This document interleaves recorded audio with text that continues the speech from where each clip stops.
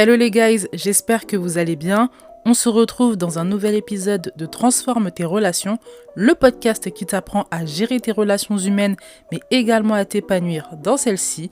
Les épisodes sont publiés tous les mercredis et dimanches à 21h, alors ajoute le podcast à ta bibliothèque pour ne manquer aucun épisode. Aujourd'hui, on parle émotions et monde du travail. Comment exprimer ses émotions sainement au travail? Dans ce titre, il y a déjà un postulat qui est le suivant. On peut exprimer ses émotions au travail. Mon podcast, c'est un podcast qui est centré sur l'humain et je ne peux pas parler d'humain sans parler d'émotions, quand bien même je parle du domaine du monde du travail. Au travail, oui, on peut exprimer ses émotions, mais il est question de le faire sainement, il est question de le faire avec stratégie pour ne pas se mettre des bâtons dans les roues, pour ne pas se sentir aussi mal à l'aise par la suite. Donc aujourd'hui, j'ai vraiment envie de te partager des clés pour que tu parviennes à exprimer tes émotions sainement au travail. Si tu sens que tu as un trop-plein, que tes émotions, tu les laisses en toi, tu aimerais les exprimer, mais tu ne sais pas comment le faire, l'épisode est pour toi. Prends de quoi noter et installe-toi dans un lieu calme. Une fois que c'est fait, on peut commencer. Avant d'entrer dans le vif du sujet, les points préliminaires. Le premier point, c'est que j'envoie un article à tous les nouveaux abonnés de ma newsletter et le thème de l'article, c'est le suivant: comment attirer le respect de ses collègues. Donc on parle vraiment des basiques du respect, on parle de la posture, de verbaliser son désaccord, poser des limites. On parle de toutes ces questions-là dans l'article, mais pour ça, il faut s'abonner à la newsletter. Donc je vous invite à vous abonner à la newsletter. Vous avez le lien en description, ça vous permettra de recevoir votre article immédiatement après votre inscription. Donc, je vous invite à vous inscrire, le lien est en description. Autre point, j'ai ouvert les appels téléphoniques pour que vous puissiez me poser vos questions et qu'on puisse parler en profondeur de vos situations. Le podcast, c'est bien, mais le podcast, c'est des astuces assez générales et des fois, ça n'entre pas précisément dans les problèmes que vous avez, dans les situations que vous rencontrez. Donc, si vous avez vraiment envie d'avoir des conseils sur mesure, réservez un appel et si vous avez des questions, vous ne savez pas comment ça va se passer, n'hésitez pas à m'écrire à m'envoyer un mail ou à m'écrire sur les réseaux sociaux et c'est avec plaisir que je répondrai à vos questions. Donc j'ai fait le tour des points préliminaires, maintenant on peut entrer dans le vif du sujet. Tout d'abord, j'aimerais évoquer des pensées et des peurs qui t'empêchent d'exprimer tes émotions sainement au travail. La peur du regard des autres, c'est une première peur qui t'empêche d'exprimer tes émotions sainement. T'as peur qu'on te voit comme une personne faible, t'as peur qu'on te voit comme une personne too much, qui en fait trop, t'as peur qu'on t'exclue après avoir exprimé tes émotions, t'as peur qu'on t'isole, t'as vraiment peur du regard des autres et des conséquences en fait du regard des autres. Le risque d'être rejeté, le risque d'être jugé, c'est un risque qui est beaucoup trop élevé pour toi. C'est un risque qui ne mérite pas d'être pris, qui ne vaut pas d'être pris en fait, parce que c'est trop lourd. C'est trop lourd pour toi. Comment tu vas faire si on t'isole? Comment tu vas faire si on te juge? Comment tu vas faire si on nie tes émotions? C'est littéralement une peur qui t'empêche d'aller de l'avant, une peur qui t'empêche d'exprimer tes émotions. Quand je parle d'expression des émotions, c'est donc exprimer ta colère, exprimer ta frustration, exprimer le sentiment d'humiliation aussi que tu connais. Tu ne le fais pas parce que tu as la peur du regard des autres, tu as la peur des conséquences du regard des autres. En réalité, tout est une question de perspective. Je ne dis pas que le regard des autres ne compte pas, je ne dis pas qu'il faut pas faire les choses avec stratégie, que tu dois exprimer les choses de façon brute, c'est pas ce que je dis, il y a quand même un relationnel, il faut faire attention. Mais la priorité, ça ne peut pas être le regard des autres, la priorité, ça ne peut pas être de réfléchir à leur place, ça ne peut pas être ça la priorité. La priorité, c'est toi. Est-ce que ça va te faire du bien si tu exprimes tes émotions? Est-ce que tu penses que ce sera plus agréable pour toi de venir au travail? Est-ce que tu penses que tu seras fière de toi, tu seras contente quand tu auras exprimé tes émotions? La réponse est probablement oui. La question, maintenant, c'est comment je le fais de façon saine, comment je le fais avec stratégie, comment je le fais pour ne pas tuer mon relationnel.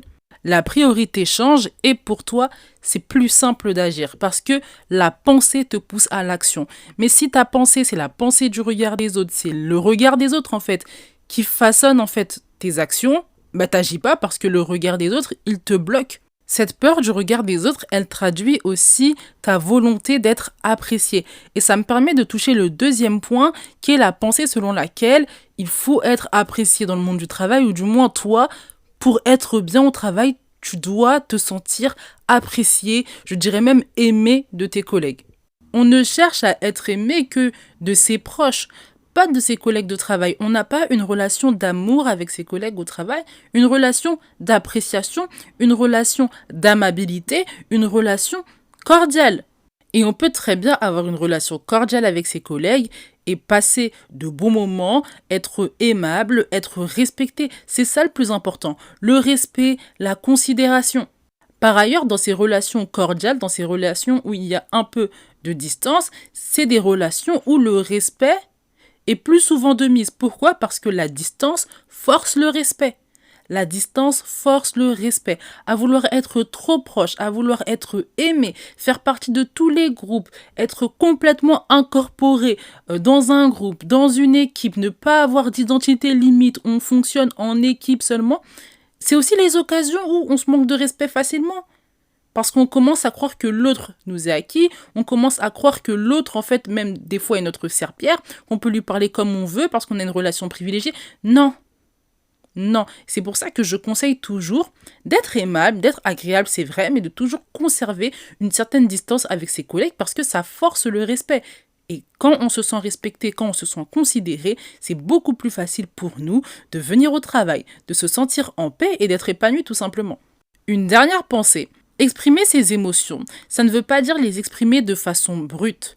Exprimer ses émotions sainement, ce n'est pas les exprimer quand elles montent en nous, quand on les sent vraiment monter. Et là, tu dis, bon, j'ai un trop-plein, ça y est, j'exprime. Il faut se calmer. Il faut prendre un temps de pause. On peut exprimer ses émotions après coup. Et c'est d'ailleurs même ce que je conseille. C'est pour ça que j'ai bien insisté sur le mot sainement. Exprimer ses émotions sainement, c'est les exprimer quand même avec raison, c'est les exprimer avec une certaine stratégie, avec une certaine structure. Enfin, il y a des pensées, en fait, qui nous poussent à bien exprimer nos émotions sainement. Mais pour ça, il faut prendre le temps de réfléchir, donc il faut se poser, il faut se calmer, il faut reprendre en lucidité. On ne peut pas exprimer ses émotions quand elles sont vives. En tout cas, c'est pas du tout la manière que je vous conseille parce que vous allez vous mettre des bâtons dans les roues. Vous allez vous-même vous sentir mal à l'aise quand vous allez revenir le lendemain, le surlendemain, au boulot. Ça vous met dans des positions inconfortables. Vous n'êtes pas forcément fier aussi de vous être vu comme ça débordé.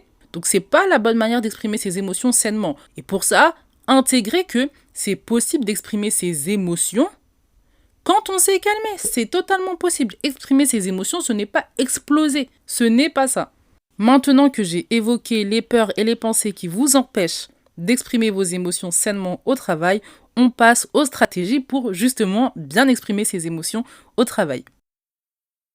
La première stratégie pour exprimer ses émotions sainement au travail, c'est la suivante, prendre un temps de pause. C'est une clé qui rejoint directement la dernière pensée que j'ai évoquée. Pour exprimer ses émotions sainement, il faut de la lucidité.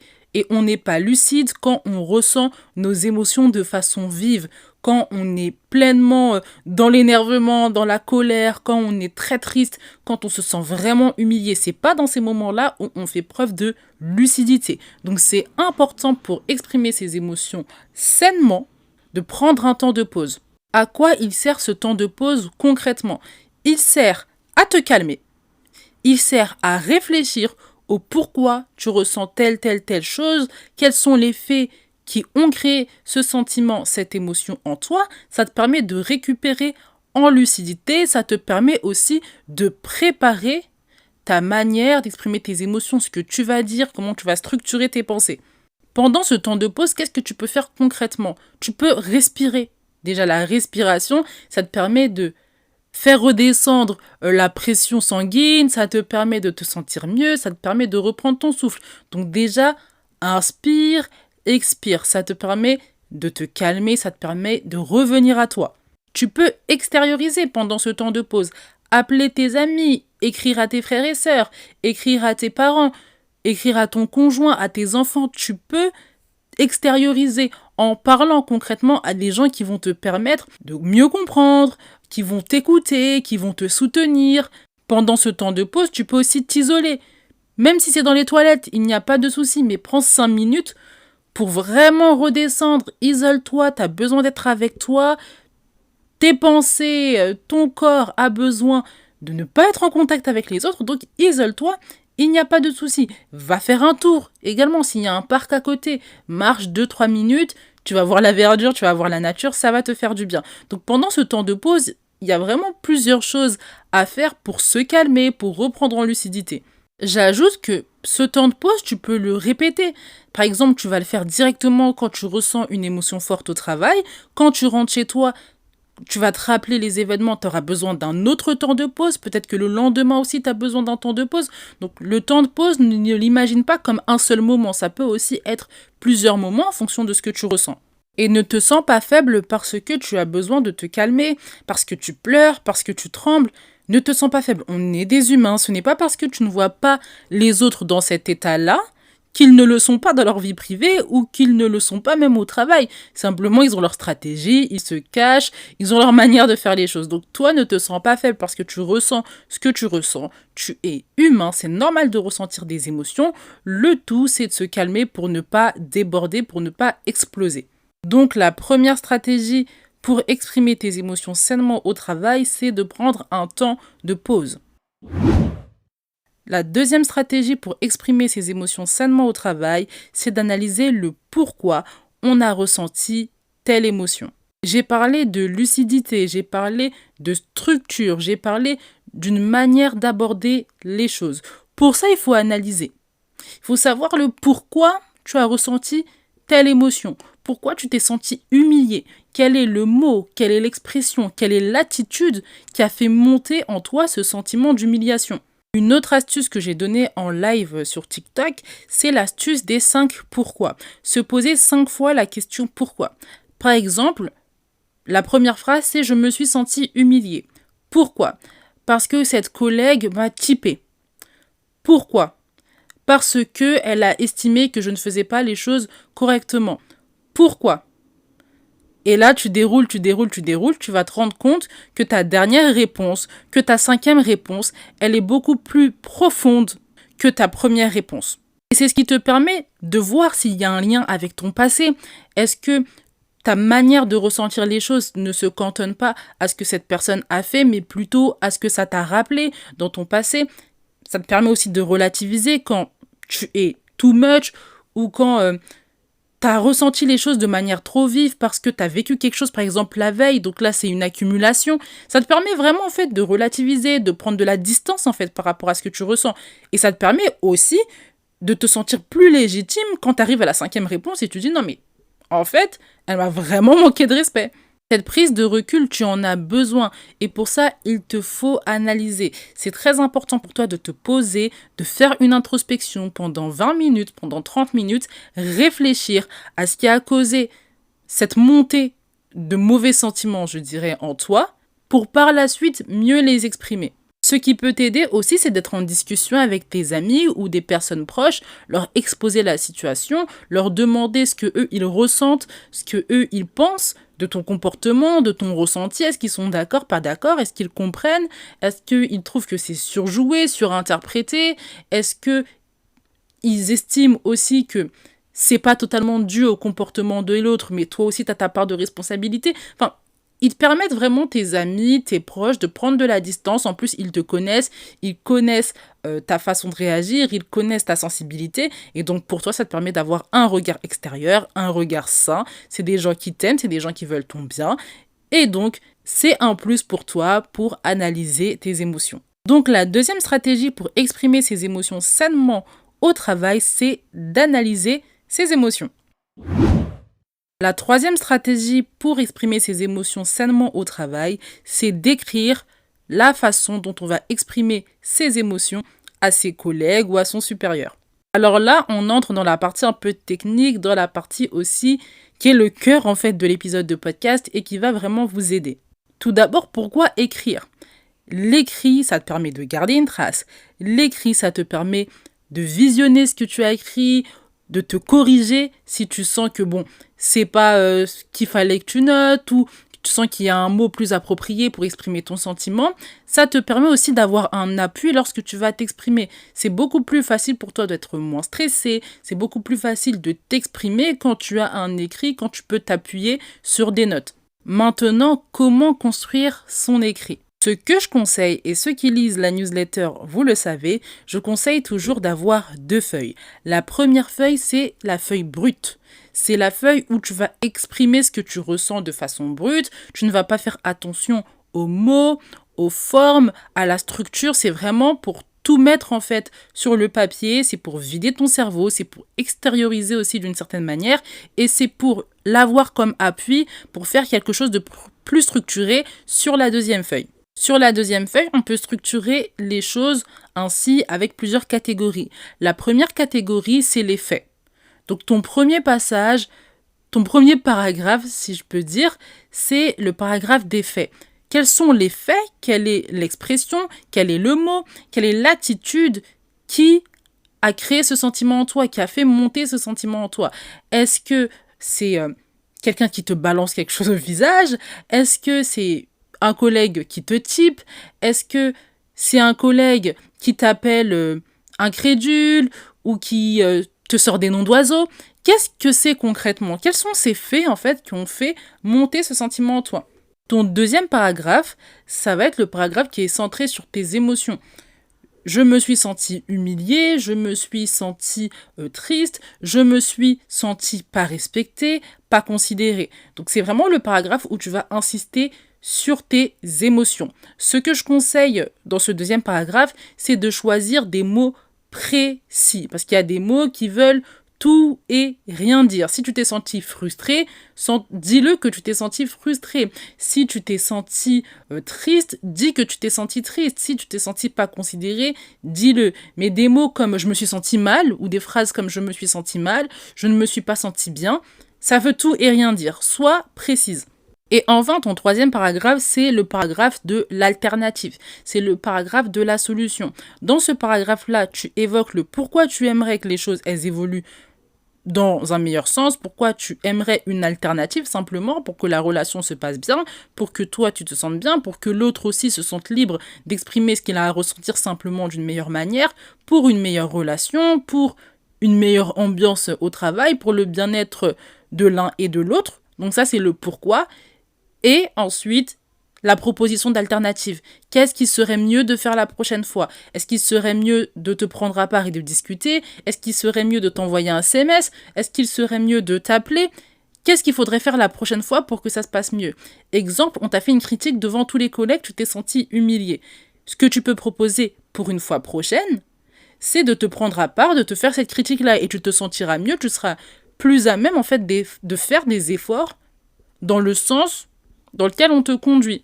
C'est cette deuxième feuille-là qui va te servir d'appui pour exprimer tes émotions de façon saine. D'ailleurs, si tu souhaites que je vérifie ton écrit, si tu souhaites que je t'apporte plus de conseils pour faire un écrit peaufiné, pour faire un écrit qui va vraiment te ressembler et qui va te permettre d'avoir du résultat, tu peux réserver un appel téléphonique.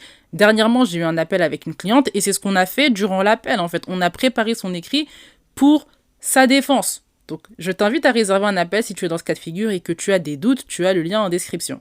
Donc, la troisième stratégie pour exprimer ses émotions sainement au travail, c'est de faire un écrit qui va nous servir d'appui pour exprimer nos émotions. Quatrième stratégie pour exprimer tes émotions sainement au travail, c'est de choisir le bon cadre.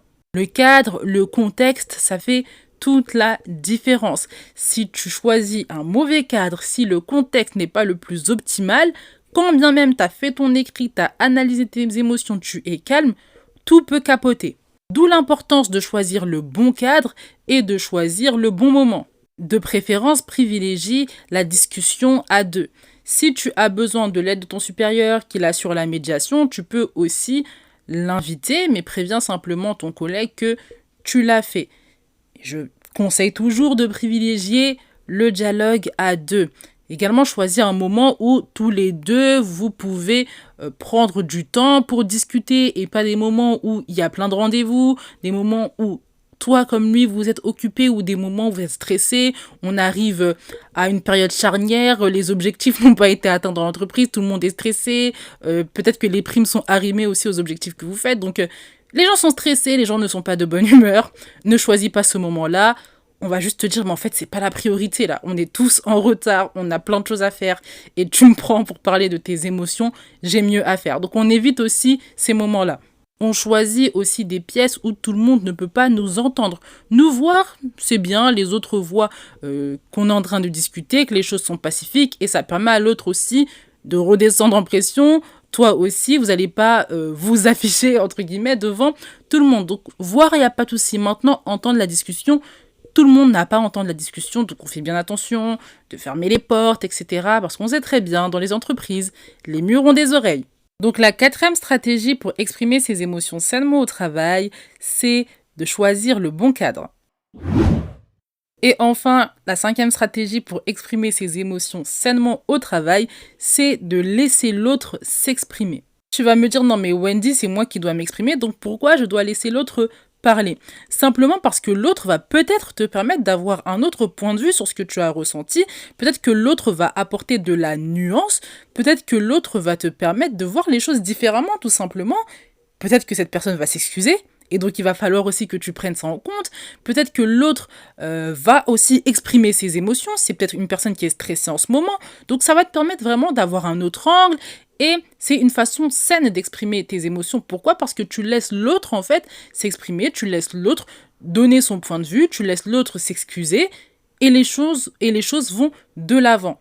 Ce que j'essaie de dire, c'est que exprimer ses émotions, ce n'est pas imposer tes émotions, c'est simplement les exprimer. C'est-à-dire que l'autre a le droit de se justifier, l'autre a le droit de demander pardon, l'autre a le droit de donner son point de vue. Tu es là pour exprimer tes émotions, non pas pour déclarer coupable l'autre, non pas pour mettre toute la responsabilité sur lui, non pas pour imposer ce que tu ressens. Il faut vraiment faire la différence. Exprimer tes émotions, c'est dire ce que tu as ressenti, mais c'est aussi permettre à l'autre de parler. Puisque tu n'es pas en train d'imposer tes émotions, tu es en train de permettre le dialogue. Donc ça peut paraître contre-intuitif, mais c'est vraiment quelque chose qui va t'aider à exprimer plus facilement tes émotions, parce que toi-même, tu vas pas être dans la position de l'accusateur, mais tu vas être dans une position de dialogue, et donc c'est plus simple parce que tu sais que tu n'es pas en train de forcer les autres, tu es en train d'exprimer tes émotions, et c'est une manière saine de faire les choses. Donc la 5e stratégie pour exprimer ses émotions sainement au travail, c'est de laisser l'autre s'exprimer. L'épisode touche à sa fin, j'espère qu'il t'a plu. On a vu ensemble les pensées limitantes desquelles tu dois te détacher pour exprimer tes émotions sainement au travail, et par la suite 5 stratégies pour justement exprimer tes émotions de façon saine. Ne te submerge pas, fais une étape après l'autre et prends bien le temps de les faire une après l'autre. Si l'épisode t'a aidé, je t'invite à le partager à ton entourage et également à mettre les étoiles. N'oublie pas que tu peux t'inscrire à la newsletter avec le lien en description. En attendant, médite bien cet épisode. On se retrouve dans le prochain. Prends soin de toi. Bye!